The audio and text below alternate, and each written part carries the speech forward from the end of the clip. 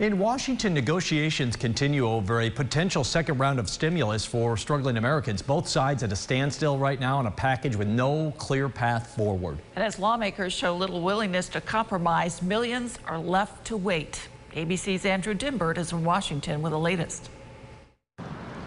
The gridlock on Capitol Hill continues. Lawmakers still far from reaching an agreement on another round of COVID-19 economic relief. This morning, the president saying he might step in, teasing potential executive action in an interview with Fox News. His suggestion, a suspension of the payroll tax to help struggling businesses, but that's an idea many Republicans don't support. I have the absolute right to suspend the payroll, to do the payroll tax, and we call it a payroll tax suspension.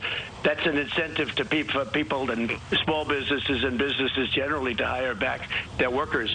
Treasury Secretary Steve Mnuchin putting a soft deadline on a deal, hoping lawmakers can come to an agreement by the end of the week. But as Congress debates the details, struggling Americans are seeing their bills pile up. It's going to be very, very difficult for us. We're not really sure what we're going to do. In a small sign of a compromise, Senate Majority Leader Mitch McConnell says he's prepared to sign onto a bipartisan bill to extend benefits so long as the White House is on board. On the unemployment issue, we all know it needs to be solved.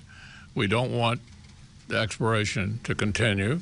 ABC News has learned that Democrats have upped their demand for school aid by $300 billion, 3 times the amount passed in May.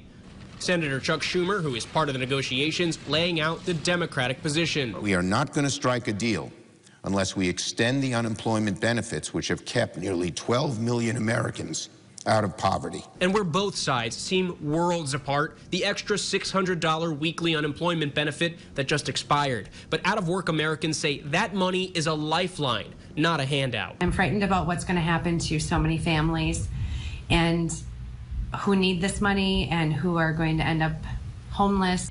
Congress is scheduled to go on recess next week, but that could be uprooted by these negotiations if a deal isn't reached by Friday. Representatives from both sides have said they will keep working until a bill is in place, but that could mean traveling back and forth between their districts and D.C. Andrew Dymburt, ABC News, Washington.